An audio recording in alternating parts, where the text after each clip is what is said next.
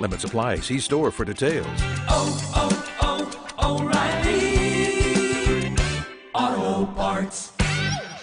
Ace is a place with the helpful hardware, folks. I need to switch to LEDs. I told Brad some of our LED light bulbs are on sale for less than $2 per bulb. Ace is a place where you can save money when buying LEDs and save energy and the environment.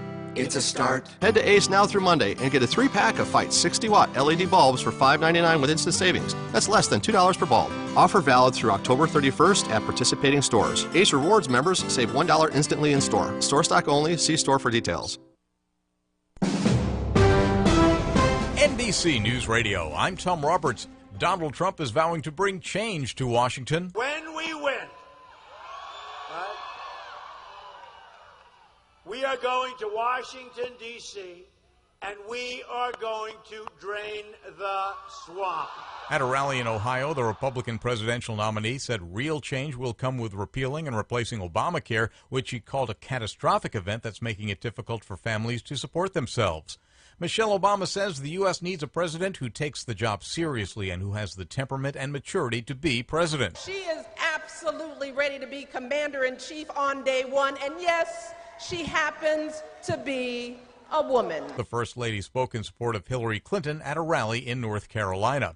The White House says it's not happy about a new report that says Donald Trump's campaign is trying to keep voters at home. You're listening to the latest from NBC News Radio. The battle to remove ISIS forces from Mosul won't be easy. White House spokesman Josh Earnest says there has been progress, though. We expect this will be a long and difficult challenge, but it is one that our counter-ISIL coalition is committed to supporting the Iraqis as they undertake. Earnest says that the U.S. and partners remain committed to supporting Iraqi security forces as they try to take back control of Iraq's second-largest city. President Obama now holds a record for clemency after granting another 98 commutations for federal prisoners. That brings his total for the year to 688, which is the most ever granted by a president in a single year. Most of the inmates were nonviolent drug offenders. The Teal Pumpkin Project is encouraging people to offer non-edible treats on Halloween so that kids with food issues can still enjoy trick-or-treating. The project is from the nonprofit Food Allergy Research and Education Center, or FAIR, a food allergy advocacy group. They say the concept is becoming embraced by many. Tom Roberts, NBC News Radio. From the KCAA Weather Center, I'm Tom Ladd. For this afternoon, it'll be sunny. Expect a high near 85. Chance of showers tonight, then a chance of rain and thunderstorms after 11 p.m. It'll be mostly cloudy with the low near 62. West wind at 5 to 10, becoming southeast after midnight. Rain, possibly a thunderstorm Friday before 11 a.m. Then a chance of showers and thunderstorms after 11. High near 75 expected. That's your weather forecast for this hour from KCAA 106.5 FM and 1050 AM, the stations that leave no listener behind. KCAA Loma Linda, your CNBC news station, where your business comes first. Woohoo! It's time for open season with award-winning sportscasters Larry Burnett and Eric Giller. Just a couple of sports nuts tackling the issues and swinging for the fences. Hey, let's quit wasting time and dive right into open season. Ready? Aim. Open season is on the air, in the air, and almost everywhere. Hello, Mr. and Mrs. Sports Fan, and all ships at sea. It's World Series time. Cubs in Cleveland. No Dodgers, but they've got Manager of the Year, Dave Roberts, and so do we. Obviously, the number one goal is to play in the World Series, and we came up short. The NBA is underway. No Kobe, except in a brand new book. Author Roland Lazenby will be here to talk about Showboat. Shaq would call him Showboat, and that really angered Kobe. He still hates that name. Must be an unauthorized biography. Golfer Fred Couples likes what he's seen of Luke Walton's Lakers so far. Obviously, the number one goal is to play in the World Series, and we came up short. L.A. gets a sparkling WNBA championship, but was it a tainted victory? We'll go golfing at Sherwood with the Schwab Cup boys and get some thoughts from Billy Andrade on the late, very great Arnold Palmer. He made everybody around him feel so warm and special and made you the star, not him. In the NFL, the Rams say goodbye to London, not their cup of tea. Thursday night football features the Jags and Titans. Thursday night college football has Cal battling Southern Cal. And a tennis player makes the cut. Literally. Folks, you are tuned in to what just might be, what could be, the best sports show you'll hear today. Coulda, woulda, shoulda. Coulda, woulda, shoulda. If my aunt had balls, she'd be my uncle. Now there's an interesting thought. And here's a fascinating show. It's open season, where our motto remains, if it's a news in sports, it's a news to us. Hi again, everybody. Welcome to Open Season. I'm Larry Burnett along with Eric Geller, and this is the show. The phone number here, if you'd like to be a part of our program, is 888-909-1050. Obviously, the number one goal is to play in the 909-1050. I know, Dave Roberts, you didn't make the World Series. You've told us 3 times already. You don't have to keep telling us. You just don't. We know it. We know it. You're manager of the year. Congratulations, but you didn't make it to the World Series. I get it. I get it. The World Series is in full swing, though, Mr. Geller. All tied up 1-1 between the Cubs and Cleveland. What are you thinking so far? I like it. I think it's going 7. It's got to go 7. It really does. It's 2 teams that really don't want to win the World Series. One of them has to win it at this point. So it's pretty entertaining, isn't it? I think it was. Cleveland, obviously, very entertaining for them, and it was entertaining. Game 1, and yesterday, of course, Game 2. I think it's just fun to see these 2 playing for a World Series title that both teams haven't had, and so there wasn't sliced bread the last time the Chicago Cubs. There wasn't bread. Yeah, wasn't basically. Bread. There weren't any planes, I think, at that time. Well, not back when they won the World Series, back when. No, that's what I mean. Yeah. No airplanes. The Wright brothers hadn't been invented yet, so who knows. But it's all tied up 1-1, shifting to Chicago for Game 3, 4, and 5. It's that 2-3-2 format, so I would think. Things in favor right now of the Cubs. And, absolutely. The starting pitching, the bullpens, the versatility that both of these teams have has been fun to watch. John Lester, though, I mean, what is in this guy's head that he can't throw a pickoff throw over to first base and he can't field the ball in the infield and throw it to first base? Put this guy on a couch and get him straightened out. Come on. Really, and especially since he's won a title with the Red Sox. He knows, the importance, obviously, of the moment. Yeah. What's the deal? But I think he'll be all right. He can wind up and throw it 90-some miles an hour, 6 inches, but he can't throw a line drive to first base. Yeah.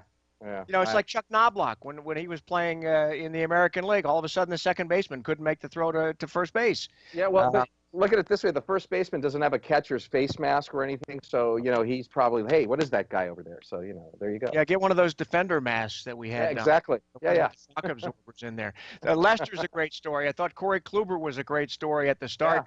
Yeah. He's pitching really well. And I think the story of the World Series right now is Kyle Schwarber. The guy for the Cubs got hurt in the outfield accident early April, tears his ACL, tears a couple of other ligaments. They think he's done for the season.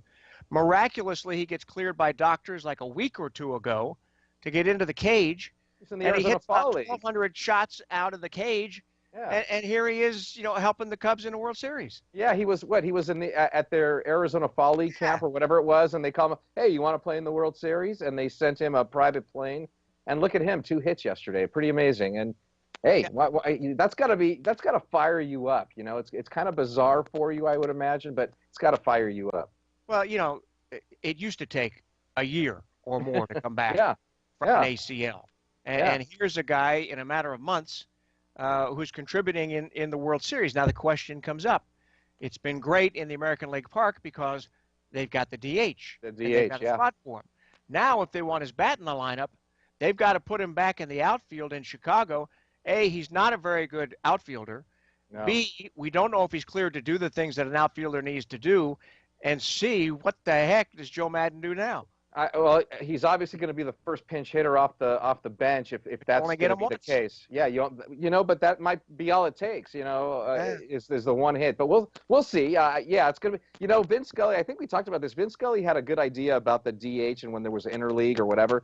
He said that they should flip-flop the rules. In the American League ballpark, you have the pitcher's hit, and in the National League ballpark, you have the designated hitter rules. Just so all these people could see the difference. But in Chicago, they see it all the time because they can go to the White Sox game, so it doesn't really matter. But it was always I always thought that was a good idea. Obviously, it's Vince Scully, so he's usually got good ideas. But yeah, interesting to see if he gets off the bench and how he gets off the bench. I got to tell you, and this may be an argument for another time. I think they ought to have DH throughout baseball. And if you think you have a pitcher who's a hitter, then put him in your lineup. Put him in your lineup.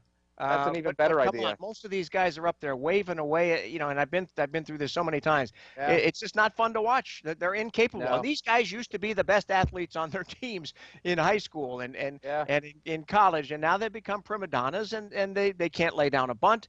They can't put the bat on the ball.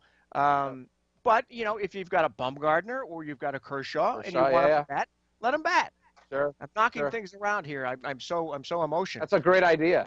I like it. I'll vote for it. It makes sense to me. If the purists don't like it, but I want to see activity. And baseball needs more activity. Right, and it prolongs the career of some guys that maybe just can't make it out in the outfield anymore, but can still put the wood on the ball and get it out of the ballpark. So if you can hit, put them in the lineup. If you can't, put in your DH. All right, I want to move around here because we heard so much from Dave Roberts already. In this program. He is the National League Manager of the Year, according to the Sporting News. And let's listen in and see his thoughts on winning that award. Obviously, the number one goal is to play in the World Series, and we came up short. So to get recognized, it's a great honor, but I think that it's something that, for me, is a team award. It really is. I can't tell you how much support I had in my first year. So obviously the title says Manager of the Year, but it's a team and organization award for me. The time that we put into creating an environment, syncing up with the ownership, front office, coaching staff, players, training staff, those things right there are something that we can really are really tangible, I think, and we talk about. I think that's something that we are going to hang our hats on, and but we'll be ready to go next year. Hey, I think they've got a good hat rack. They had a good year. They've got a lot of questions that need to be answered during the off season. But I thought Dave Roberts did a great job of handling the talent that he had. And I thought, despite the fact I didn't agree with many of his moves, that Andrew Friedman in the front office obviously put in a team that was capable of getting to the World Series. They didn't, and we'll see what happens. Why don't you lead into the exit press conference that you went to? Absolutely. The Dodgers had a good year in terms of putting themselves in a position to get to and maybe win the World Series. Of course, they fell short once again, but General Manager Andrew Friedman didn't minimize the team's accomplishments this season. Winning the NL West 4 consecutive years is really difficult. You look at how often that's done. It's not done that often. And so that's our regular season goal, and we want to construct a team that we all feel really confident can accomplish our regular season goal, which then puts us in a position to hopefully accomplish our ultimate goal, which is to win a World Series. So we're pretty focused on ourselves and improving, areas that we feel like are not as strong as we want them to be, and just creating as well-rounded and balanced of a team as we can. It's all about silver linings and building off things, and there's a lot to be really proud of and a lot to really build off of for next year. Not where the Dodgers want to be just yet, and considering first-year manager Dave Roberts had to navigate through a major league record, 28 different players on the disabled list, being just 2 wins shy of the World Series, well, that's pretty good. I think that how I managed the pen, the pitching staff, the starting staff, the players that came through. I don't know how many different names came through that clubhouse this year. And so for us on the field to just stay focused on the day-to-day, I think that really helped me and not get ahead of myself, because I think that once you start trying to when you start getting ahead too far, then I think that distractions, noise, pressure, stress all kind of come into play. And so for me, just given that kind of empowerment to just focus on the day-to-day, I think made things a lot easier for me and the coaches. Now Friedman has to deal with re-signing 9 free agents, including 37-year-old Chase Utley, who will be 38 next season, third baseman Justin Turner, and closer Kenley Jansen, who set a career high with 47 saves during the season, becoming the Dodgers' all-time saves leader with 189. and strikeout leader by a relief pitcher with 632. Kinley's had a tremendous career as a Dodger that we hope will continue. He has obviously set the Dodgers save record this year. He's been a big part of our past success. We hope he's a part of our future success. Specifics of negotiations with any player we don't delve into, but it's well documented what he's meant to this organization, and we'll kind of play things out this winter. And what about the franchise? 3-time Cy Young Award winner Clayton Kershaw missed 2 months because of a herniated disc in his back. He came back in time for the playoffs, going 2-1 and recording a save. Good news is King Kershaw won't need back surgery. He feels good. Talking to him today, talking to him after the game, Doc spent some time with him today. He feels good. Like all of our guys, we have exit physicals and just conversations with trainers and doctors, and I'm sure that will take place. I don't expect it to be anything that is newsworthy. So he ended the year and felt good. Yeah, the unfortunate thing is he ended the year on a losing note again. Yeah, and he did. Despite all the things that Kershaw did and the courage that he showed in coming back and pitching on short rest and all of those things, there are still a lot of people who are saying he can't win the big one. He can't get this team to the World Series. He can't get it done, despite all of his accomplishments. And, but here's what you got to think about is that he still was the best pitcher on that staff. And without him, they ended up going from 8 back of the Giants to first place by 5 games at one point. So it tells you the kind of job Dave Roberts did, and even Andrew Friedman, how they just shuffled. I mean, they played a great game of chess. They just didn't get checkmate at the end. And they talked about Hyun-Jin Ryu and how he's doing, and he should be ready for spring training. And of course, if they have a healthy Hyun-Jin Ryu and Rich Hill, who knows what they can do. But they had to use Kershaw a lot, and they used him like they used Oral Hershiser in 1988. Didn't turn out that way for the Dodgers this year, but you got it. It's unbelievable what that guy does, and if he's fully healthy, he doesn't need surgery, which is good. We'll see what happens if they have they have a great bullpen now. They got to sign everybody. If they get Jansen back. If they get Rich Hill, Hyun-Jin Ryu, and Clayton all healthy and back, we'll see what happens. A lot of ifs. A little bit later on in the program, we'll peek into the Dodgers' outfield situation and see what's going on with Yasiel Puig. We'll do that later. Coming up on Open Season, Jaguars at Tennessee for Thursday Night Football tonight. We'll talk NFL, college football later in the show. The Rams, they've got a bye week. Will they say bye-bye to their starting quarterback? We'll see. And just ahead, the NBA is back. No, Kobe isn't. But there's a brand new book out about Black Mamba. It's got a really long title, and author Roland Lazenby is up next to tell us all about it. It's called The Ambitious Life and Turbulent Times of Kobe Bean Bryant.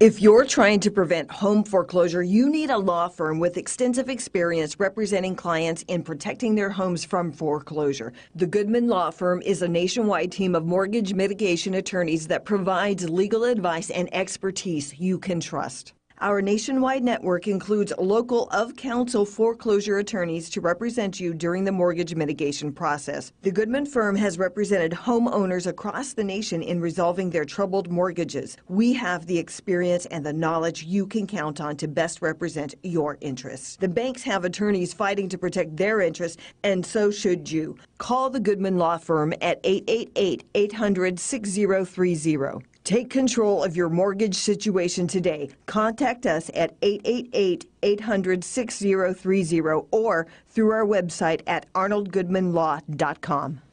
Have you ever gone to use a flashlight and the batteries were dead or the inside of the flashlight corroded, only having to throw it away? Or in a location where you had no way to charge your cell phone or camera? Well, all that has changed. Now there's Hybrid Light. The Hybrid Light brings the best of both worlds together with a strong 160 lumen LED light that lasts 12 hours on a single charge, and after a recharge from any light or power source, you're ready to go again.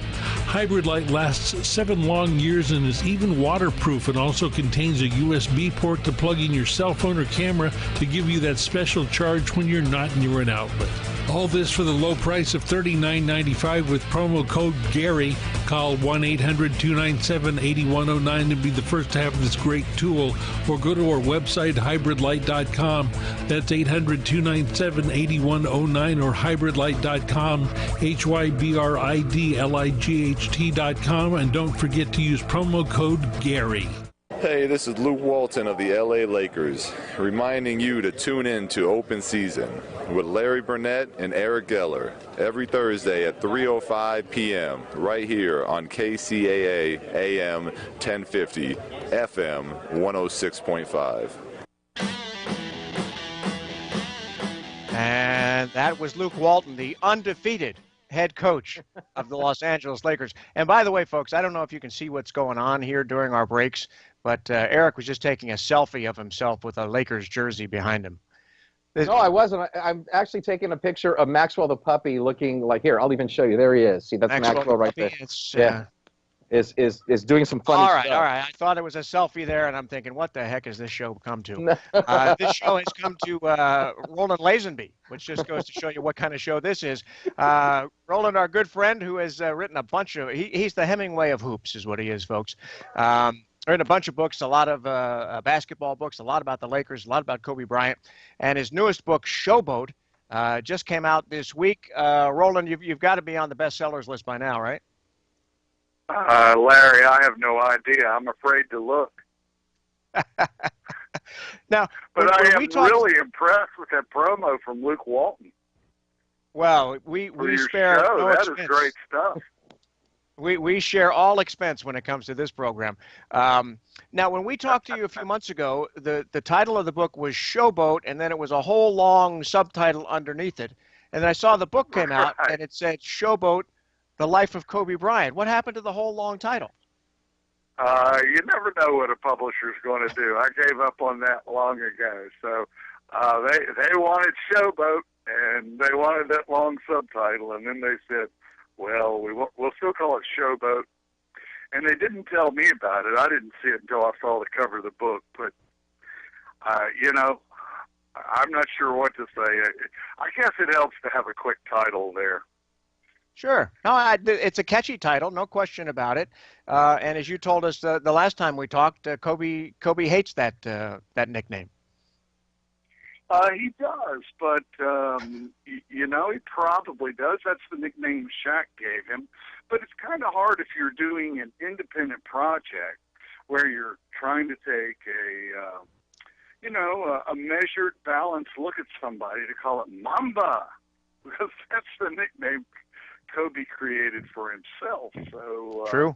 There's no disrespect intended. Really what it relates to is, obviously, this is a book. It's a father-son story. His father was Jelly Bean, one of the first great showboat players, right off the Philadelphia playgrounds. And so it really sort of goes to that fact that despite all his competitive determination, Kobe Bryant loved the show. He loved to dunk. He loved to thrill crowds.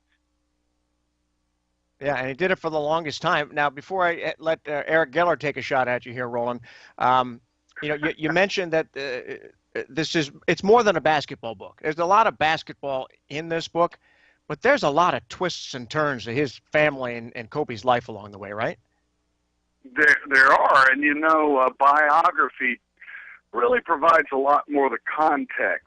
I'll just say this. Kobe had this image coming into the league of this calculating 17-year-old who was brash and forcing his way into everything, and insisting on playing at the Lakers. And, really sort of an image that made him unlikable in the eyes of anyone who wasn't a Lakers fan. However, that's not really what happened. Adidas came in, saw this kid, wanted somebody, Sonny Vaccaro of Adidas wanted somebody to turn pro right out of high school. He was trying to find the next Jordan. And so much of what happened with Kobe was seeded and planned and manipulated by Adidas, which was fine. It helped Kobe get on his way, but when Kobe signed his contract, Sonny Vaccaro said this is how naive he was. He's just a kid, and the Bryants needed the money, which was the driving issue in the family. Right. When Kobe signed his contract with Adidas, he turned to Sonny Vaccaro and said, Mr. Vaccaro, is there any way that my family could get this money and I could play college ball? And so he had some doubts, and no one else, Adidas couldn't find any of these other young kids at the time who wanted to go pro right out of high school. Wow, they lucked out. They lucked out, no question about it. Eric, jump in here. They really did. Hey, Roland, it's a pleasure. I wanted to ask you, how did the in 2003, when the whole court situation in Denver and the allegations of what happened with that young lady at a hotel in Denver in Colorado, how did that affect the latter part of his career? And obviously it contributed to him being hated or loved. There was nothing in between. But because of that situation, did he stay in the league longer to try to maybe fix and repair that personality and that reputation? Well, I think the situation in Colorado was just the most dramatic in a chain of events where Kobe was doing himself tremendous damage, a lot of self-inflicted wounds. And, he threw his parents out of his life, cut them off. As Sonny Vaccaro said, he was like the Russians with the Romanovs. He got rid of everybody. He got rid of Arn Tellem, his agent. He got rid of his shoe company. He got rid of Phil Jackson. He got rid of Shaq. And then he had the incident, or in the midst of that, he had the incident in Colorado, and his life kind of cratered. And suddenly he was the dominant figure of the 04-05 team. It was terrible. He stormed out of the locker room at the end of that season, cursing his teammates, and it was just a disaster. But the one thing that he had going for him in the midst of all that, well, two things, maybe three.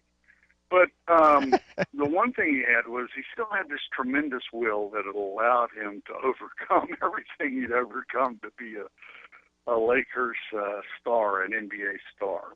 He had the luck of his relationship with Jerry Buss.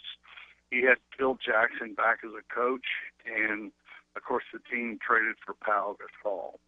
That combined with his will, it really is a story of a guy who recovered from all of this disaster. And we can look at Tiger Woods' life and see that when people do themselves great harm, when they really mess up time after time after time, there are very few people who sometimes can recover from those kinds of things. And I'm speaking of people in the spotlight. And certainly you could argue Tiger never has. But Kobe did. He went on to have his major career achievements after he did all the damage to himself. Well, he went from being despised in his own country to not only getting his endorsements back, to becoming the face of the NBA again later in his career, which is astonishing to me, and it's one of the great comebacks, I think, in all of entertainment and sports and all the things that are involved. Roland, before I let you go, and we're talking with Roland Lazenby, he's the author of the Kobe biography Showboat, which is in bookstores right now. I know how hard you worked on this book, and then all of a sudden Kobe decides to retire while you're in the midst of working on it. Did he put an exclamation point on your book with his final game 60-point performance? Yeah, that is one of the great mysteries. He had all those special edition. What were the jackets? $20,000. He had all those T-shirts printed up with Mamba out on them. And the minute that he said that, those things popped up on his website for sale. So, it was a disaster of a season, Larry, and he turned it into gold. So, once again, Kobe mystifies and surprises everyone. Well, I'm sure there are tons of pages of surprises in the book, and as you mentioned, it's not just basketball. There's a lot of his family stuff, and Roland went back to Italy to get that aspect of it, and found out about the grandparents and all the interesting things along the way. And I would recommend to all of our listeners check it out. It's Showboat, and now the title is Showboat: The Life History of Kobe Bryant. Is that what it is? The Life of Kobe Bryant. The Life of Kobe Bryant. Well, they trimmed it down some, but I think it was probably a good idea. Yeah, they Roland, did. good They luck with the probably book. should Stay have in trimmed touch. more of it down. It clocks in at 560 pages. But who knows? Well, Maybe you can use it as a doorstop. And there's not a slow page in the book, I'm sure. Let me know when you get to L.A. We'll get together. Thanks, okay? Roland. Thank you, guys. Have a good day. All right. That's Roland Lazenby, and his book is Showboat. Before we get to the break here, we were talking a little earlier. D'Angelo Russell came out with a quote after last night's game, basically saying, I know you've got the quote in front of you, but basically saying that Kobe was a distraction to the team last year, and that now they're finally playing as a team because they don't have to deal with him. I'm paraphrasing, but I think he's right. What about you? Yeah, I think he's right as well. You could tell last season was a throwaway season. It was just all about Kobe and all those guys that were there that were and it didn't help Byron Scott any that he was forced to his hand was forced.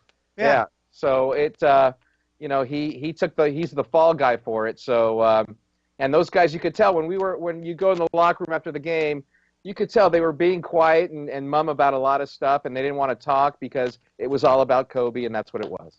Trying to say the right things along the way and get the season over with. And, now they got their own gig going on, and Kobe's not a part of it. And we'll see how they did. They actually did okay last night. We'll talk about that when we come up. Still to come on Open Season, we got Thursday Night Football for you, pro and college style tonight. And up next, we'll go golfing on the Champions Tour with Billy Andrade. And he's got some really special memories of the late Arnold Palmer to share. He made the game popular. He came at a time where television golf was starting, and he transcended a sport that made it more for the people.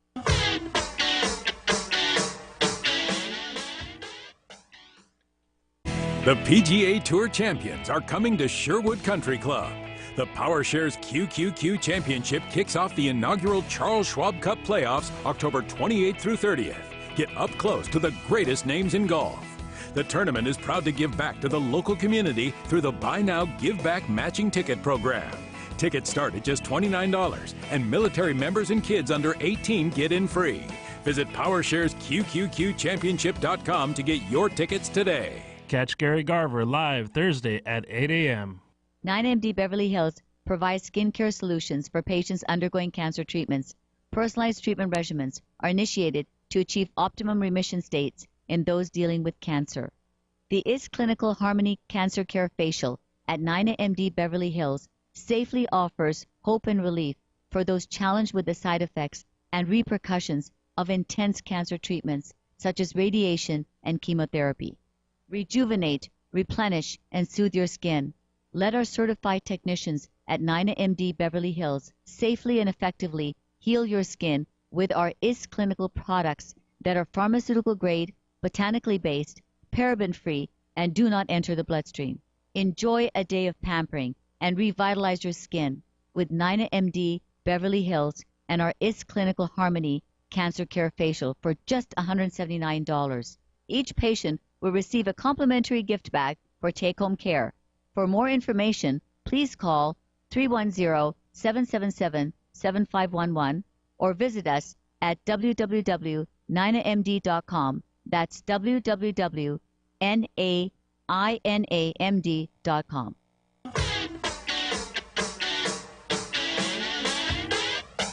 And we are back again on Open Season. Larry Burnett and Eric Geller, and thanks to Roland Lazenby for coming on the show. He's a good friend. He's an excellent writer. And if you get a chance, check out Showboat. It's the Kobe Bryant biography in bookstores right now. Congratulations to the LA Sparks. While we were away, they won the WNBA championship, knocking off Minnesota in game number 5. And there was some controversy in that game. Nneka Ogwumike hit a shot. It was obviously after the time clock had expired, and the officials did not review it, and it led to a Sparks victory. And if I'm a Minnesota fan, I'm thinking, come on, there's got to be a better way to do this. And the league actually came out and said they made a mistake. The officials should have reviewed it. Who knows? It could have changed the game. And you don't want to see a championship game of all games decided by a mistake by the officials, but that's exactly what happened in this game. Yeah, and I think Minnesota's head coach, and forgive me, I don't recall her name. That's right. She wasn't very happy in the post-game press conference, but also I think it was either the game before in Los Angeles where it should have been an 8-second call or something. 8-second violation getting across midcourt. Yeah. Right, and they didn't call it. So she really wasn't complaining about that because it helped Minnesota win, but she's complaining about that. So, like, if they had called that 8-second violation, maybe the Sparks would have won it in 4 instead of 5 games. Yeah. Or So if you're going to be upset about which it was a shot clock violation that wasn't called, you gotta be upset about that 8-second call against yourself. Yeah, but that's not the American way. We only care about the things that affect us in a negative way. Sure. Well, they got to fix it now because the WNBA is getting a little bit more popular. So well, let me tell you something too. And I've said this for years about the NBA, and everybody laughs at me and says it can never happen.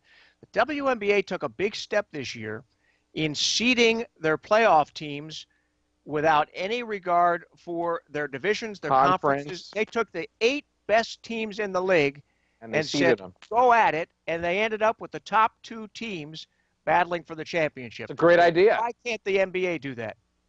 They should. I don't want to see these sub-500 teams in the East get in when they wouldn't even get in if they were in the West. Give me the top 16 teams, and let's play. How awesome would that be if they did that in the NBA? Because then you'd really get true champions, and you'd really get the 2 best teams. Exactly what happened with the WNBA. And I think they should do that, and eventually it's going to come to something like that. I think the NFL did that way back when there was a strike, and the Raiders ended up winning the Super Bowl, I think, that year. But well, listen, the thing about it's television. Yeah. They don't want to lose an eastern part of the country as a television audience. They want to have an East and West and figure they'll get a mass audience. But to me, if you've got the best teams playing, you're going to get an audience. Well, but back then, you didn't really get to see many NBA games. You only saw your local team, and then on Sundays you got the NBA game of the week. Now you can see NBA games. You've got the Dish, you've got DirecTV, you've got cable, you've got ESPN, NBA. So it doesn't matter, I don't think, at this point, because it's like what they say about players wanting to come to LA. They don't have to. They can play in Oklahoma City, and if they do commercials, they just fly them out here. It makes no difference anymore. Still get the exposure, no question about it. Yeah. We're going to zip through some of these NBA things. Cavs opened up on Tuesday, got their rings, beat the Knicks. Nice rings, by the way. LeBron a bit gaudy, if you ask me, but so are the Laker ones that I have. So I'm not going to say anything. The Clippers open up at Portland tonight. They'll play Sunday against Utah. Anthony Davis last night for the Pelicans, 50 points, 16 rebounds, 5 assists, 7 steals, 4 block shots, and his team loses by 5 to the Nuggets. I mean, come on. That's because the rest of his team only scored 52. So what are you going to? What a performance! I saw a lot of it, and he was. He stole balls from guards. I mean, he was everywhere. He was unbelievable. You got to help him out, though. Yeah, he's great. Yeah, he's a great player. But as they say, there is no I in team. No. But that there is one in win, and the Nuggets got the win last night. Lakers opener last night. They got a win over Houston. Looked pretty good. They had D'Angelo Russell and Nick Young in the starting backcourt. And right now, they've got a better record than Luke Walton's Golden State team from last year. They lost out of the gate to San Antonio. Today I was out at Sherwood Country Club. They got a big Champions Tour tournament out there this week. I talked with Fred Couples. He used to be a big Laker fan at the Forum. So I talked to him out at the Country Club today, and he likes what he saw from the Lakers last night. We watched the first half last night, and then we listened to it in the car ride up, and it sounded very, very neat. Now, I don't know Luke Walton at all. I've shook his hand before, but I think whether they won or lost, it looks like he's got a team that can score points and run and do a lot of things, and maybe, he learned a lot. Maybe he ran Golden State. Maybe it was his idea to get him to score all those points. But, yeah, I think everyone's a Laker fan. The last couple of years have been really, really poorly, and now they got a cast of new characters, and it's kind of fun to see them win. You're hopeful that the tough days are over?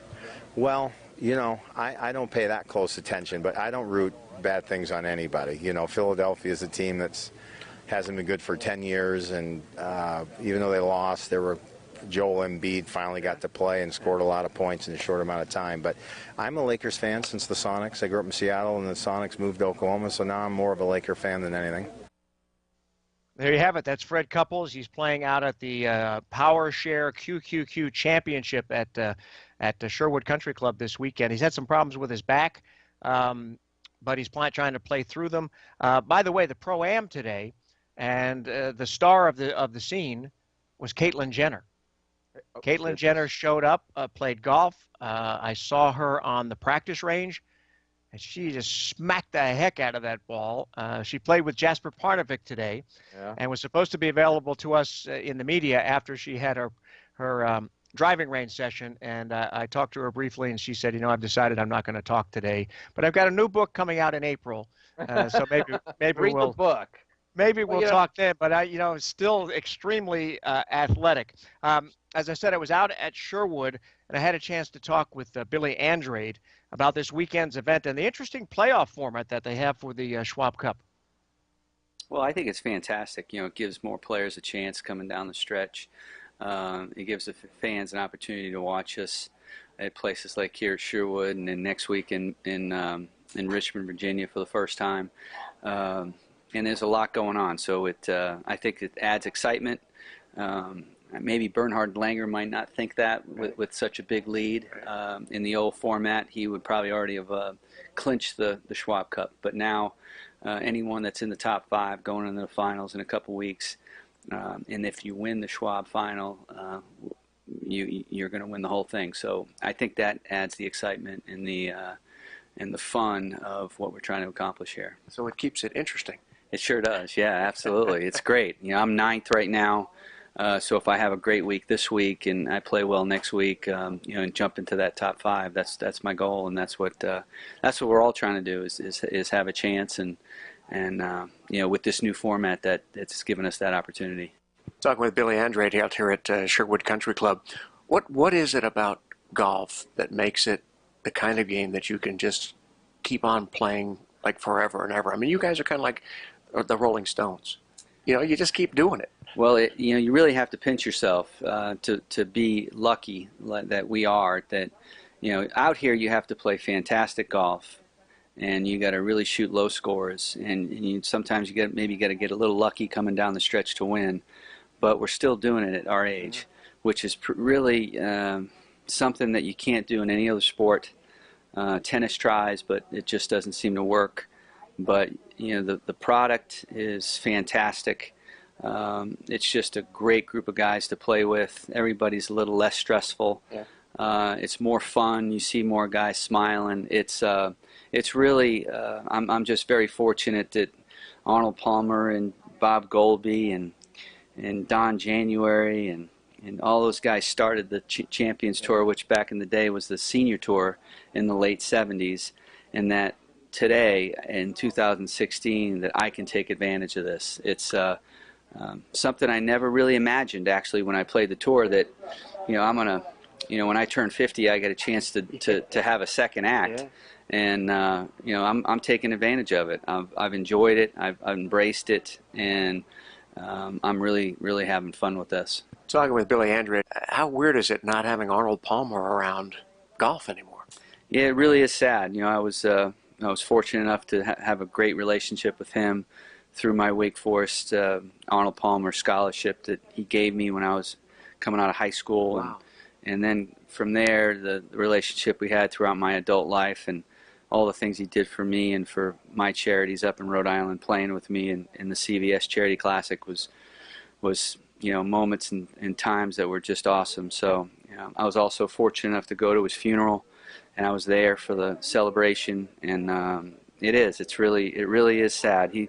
I didn't realize I felt so sad, and then I went to the celebration, and I realized that everybody felt sad. So we were all in the same boat, even though you'd think, just realistically, logically, well, he was 87 years old. He lived a hell of a life. Yeah. And he was this great man. And then he's gone, and you go, well, even though he's 87, you're still going to miss him. He's number 1 in my phone. And, every now and then I'd call him and just say hi. And, obviously I can't do that anymore. But he was a big influence on so many people not even golfers, just people in all walks of life. He was there for everybody, and he's really, really sorely missed in this game. Billy Andrade is my guest right here. I remember seeing a picture from the celebration, and I remember seeing the rainbow over the golf course, and I'm thinking, even when he's gone, aren't he still doing magic on the golf course? Yeah, that was really, I don't care what God you believe in, but you got to believe in some sort of God. When that happened at his actual funeral for the family, and after the funeral, they took his ashes and they spread them over Latrobe Country Club, and then they spread them over Laurel Valley, which was down the street. And that picture was from Laurel Valley, and you saw that rainbow go from one side of the golf course to the other. It moves you, sure does. Billy, you knew Arnie. Can you put into words what he meant, what he did for the sport of golf? Well, you think about it. In 1964 was the last major he won. In 1973, he won the Bob Hope Classic. That was the last time he won a PGA Tour event. And he was the most recognizable, most famous. You'll think about 2016, you think about two men who transcended sport, passing away in Muhammad Ali and then Arnold Palmer. So what did he do for the game? He made the game popular. He came at a time where television golf was starting, and he transcended a sport that made it more for the people. He wasn't an elite person. He didn't come from money. He was a greenskeeper's son in Latrobe, Pennsylvania as a kid. So he was an everyday man, and all I can say is that anytime I was around him or anytime I saw him around golf, he made everybody around him feel so warm and special, and made you the star, not him.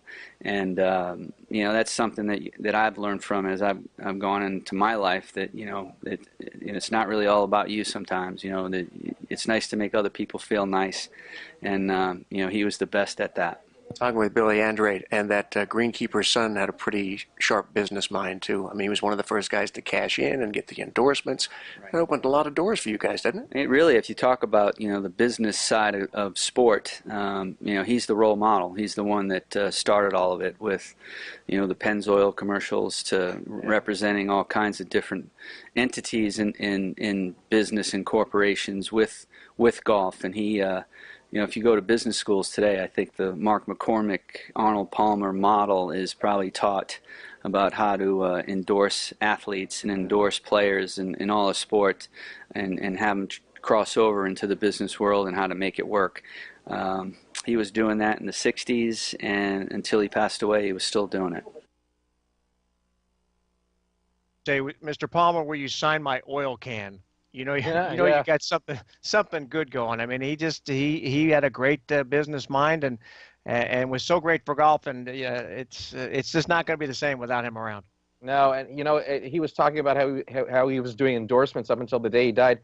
I remember just seeing recently, well, obviously before he passed away, but just a couple days maybe, a commercial for Xarelto. Yeah. Him and Chris Bosch and a couple of other Kevin guys. Nealon. Yeah, Kevin Nealon. So yeah. There's people that transcend their sport and they make their sport better. You've got Arnold Palmer that helped golf explode. Then you've got, in the NBA, you've got Magic, Bird, and Michael Jordan that helped that explode. And then for the NFL, the Giants, the Giants Colts championship game, that kind of propelled the NFL into the television age. Yeah. So there's always there's these benchmarks, and he was one of the benchmarks, and he's immortal. He was classic, no question about it. If you want to see some of the classic Champions Tour players, they're in action at Sherwood Country Club out in Thousand Oaks, California, this weekend, Friday, Saturday, and Sunday, for the PowerShare QQQ Championship. And thanks to Candace and Stuart Maureen out there with the tour for helping us set up the interviews this weekend. And I was out there this morning. Gary Garver did his Controlled Chaos show out there, and we got a lot of stuff done, so it was a lot of fun. All right, coming up on Open Season, the scoop on Yasiel Puig. Plus, are you ready for some football? Thursday night football. Jags and Titans, USC Trojans and the Cal Bears. We're talking a pigskin potpourri, folks, when Open Season continues in a moment. Yes, a potpourri. I like potpourri. For 40, Art.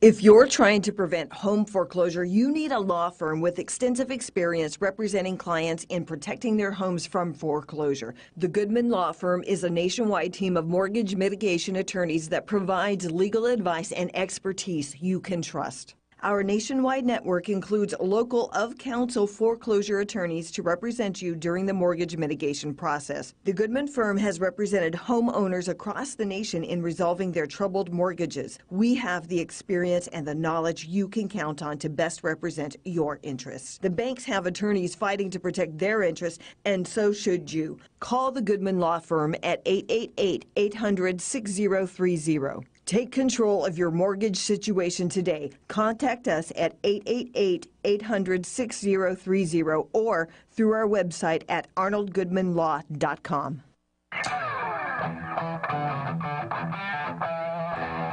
Hey, we are rolling along here on open season. Lots of good stuff today, and thanks to everybody for coming on the show and for tuning in the show.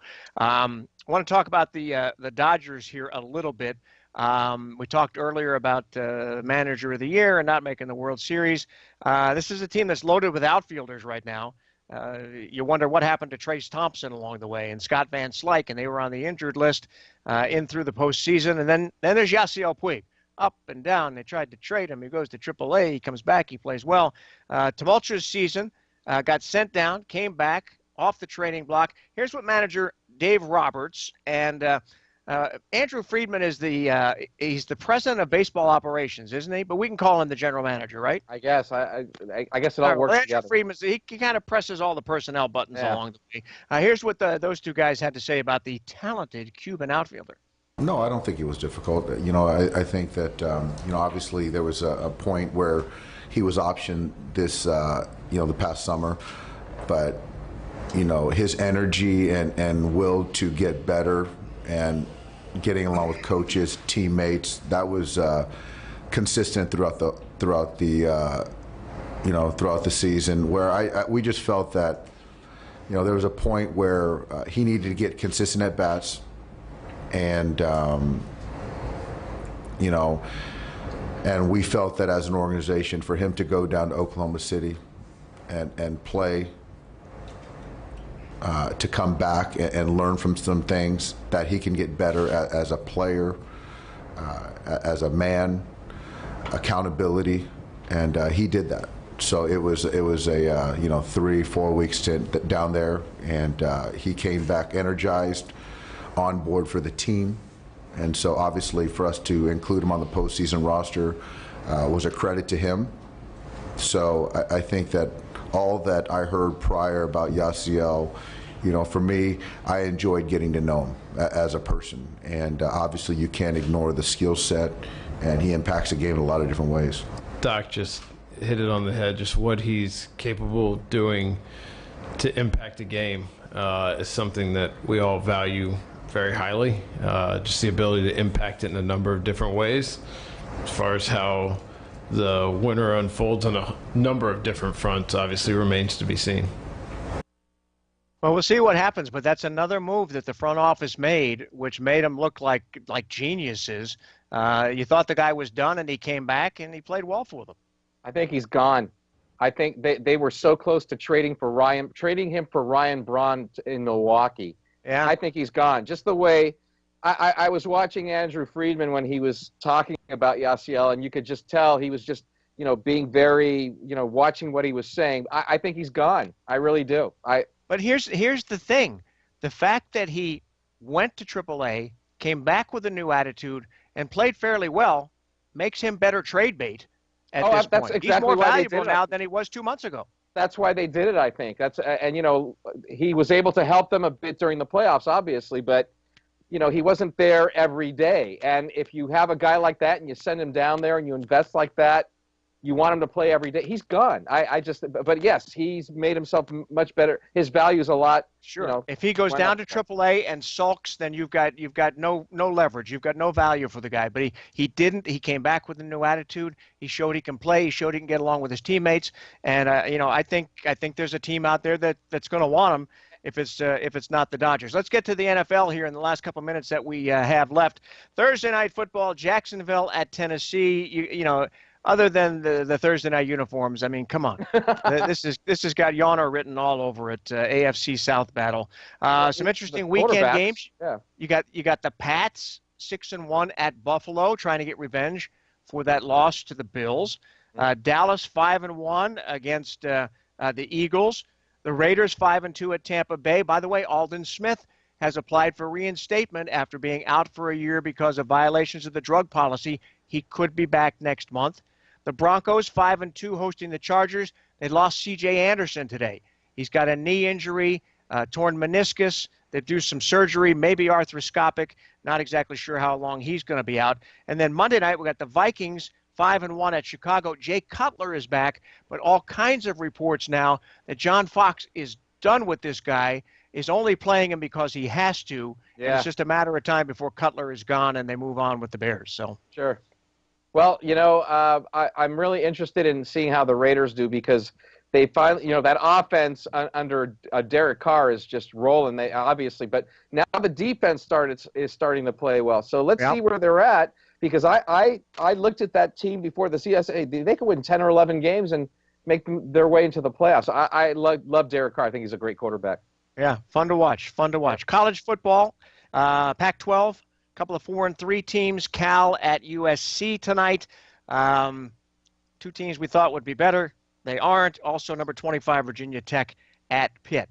Top-ranked Alabama has the week off. Next up, November 5th at LSU. That's going to be a big game for Bama and a big game for Ed Orgeron down there at LSU as well as their interim head coach. Yeah, we'll see if he can miraculously maybe beat Alabama. He's the guy. He's going to be their guy, I think. So you would think so. Number 2, Michigan at Michigan State. A chance here for Michigan State to salvage what has been a disappointing season. You got number 3, Clemson at number 12, Florida State, and number 4, Washington at number 5, Louisville. And I think we're going to find out in that game which of these teams is for real. I'm going to tell you right now who's for real. It's Washington. Washington. And, you know, Louisville's for real too, but I think Washington is going to be the team. I think they're going to win the national championship. I think they're going to get into the playoff and win the national championship. You think Washington is going to win the national championship? I think they're too fast. I think Alabama. I mean, obviously Alabama is Alabama, but I don't think they've seen a team with that kind of speed. They're fast, they're quick, and it's Chris Peterson. The guy's an offensive genius. That'll be a fun game to watch. Also, Ohio State, Northwestern. Buckeyes trying to bounce back after the loss to Penn State. Number 7, Nebraska. At number 11, Wisconsin. And number 14, Florida at Georgia, Jacksonville in the big cocktail party that they have down there. In the little bit of time that we have left here, I saw this story the other day, and I couldn't believe it. Russian tennis player Svetlana Kuznetsova had a bit of a hairy problem. She's playing in the WTA tennis finals in Singapore earlier this week, and she had this long ponytail which kept flopping around and hitting her in the face. They called it a thick braid. So before the third set, she asked for a pair of scissors, and she cut off her ponytail so that it wouldn't bother her performance anymore. And when it was all said and done, she said afterwards, I thought, what's more important, my hair, which can grow, or the match? Well she doesn't have a weave, that's for sure at this point. Well, and Svetlana, hair doesn't always grow. Don't we know that? Doesn't always grow, but the match is the match. No question about that. All right. What a show. Whatever we do, we did it again. Thanks, Eric. Really appreciate it. Thanks to Brandon McCormick. Dave Roberts on the show. Andrew Friedman. Roland Lazenby. His book, Showboat, about Kobe Bryant. Billy Andrade. Fred Couples. Thanks, everybody, for tuning in to Open Season. Be sure to join us again next week. We'll be here Thursday at 3:05 with lots more for you. Until then, get out and have some fun, okay? This is 1050 AM KCAA Loma Linda and 106.5 FM Yucaipa. $5 billion merger of AT&T and Time Warner, and it'll focus on the impact that merger might have on your cable or wireless bill. Strong earnings after the closing bell tonight from Alphabet, parent company of Google. It netted $5 billion in profit, most of that from online advertising. But Amazon posted a smaller than expected profit, and its outlook for holiday sales disappointed investors. Shares much lower in late trading. Earlier today, the Dow fell another 29 points. The Nasdaq down 34 after a jumble of earnings and mixed economic data, including jobless claims. They fell by 3,000 last week, and pending home sales rose in September. But orders for durable goods last month fell as businesses spent less. Tom Busby.